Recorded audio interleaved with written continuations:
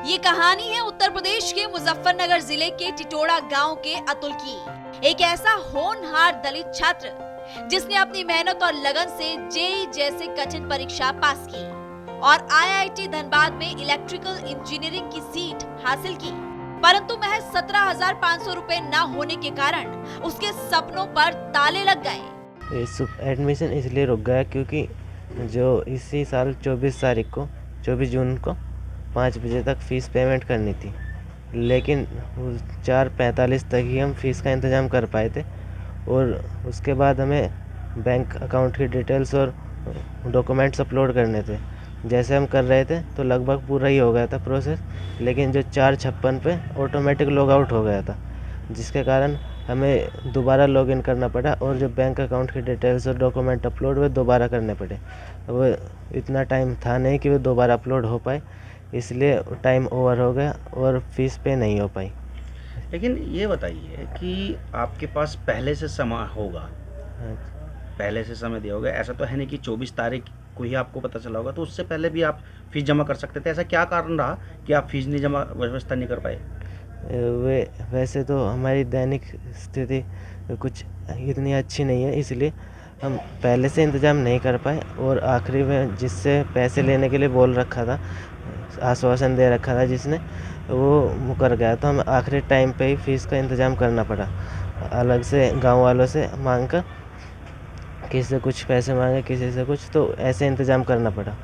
19 से 24 जून के बीच फीस जमा करनी थी, लेकिन कर्ज में डूबे परिवार के पास इतने पैसे नहीं थे। आखिरी वक्त तक कोशिश की गई, पर जैसे ही घड़ी में शाम के 5 बजे वेबसाइट ने लॉग आउट कर दिया, उम्मीदें टूट गई। अतुल जल्दी जल्दी फीस भरने की कोशिश करता है, लेकिन 5 बजते ही उसकी स्क्रीन लॉक हो जाती है। फीस जमा न हो सकी, लेकिन अतुल ने हार ना मानी।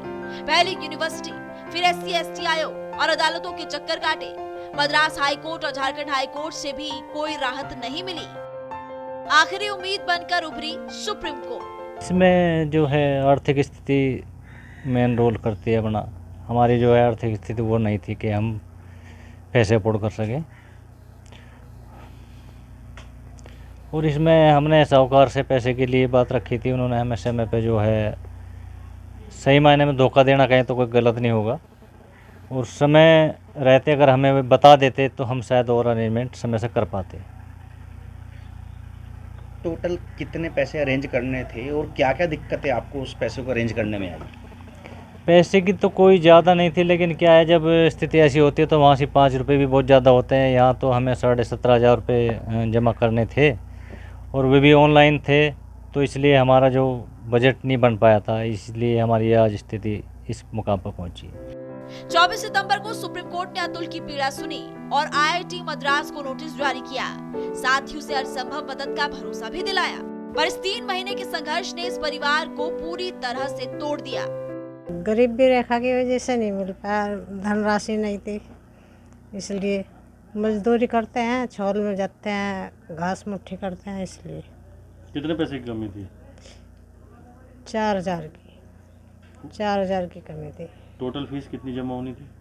17,500। ये कहानी सिर्फ एक परिवार की नहीं, बल्कि उस संघर्ष की है जो हर गरीब और हाशिए पर खड़े बच्चे को करना पड़ता है।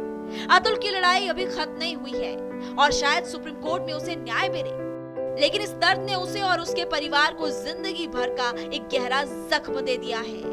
Bureau report, Republic Bharat.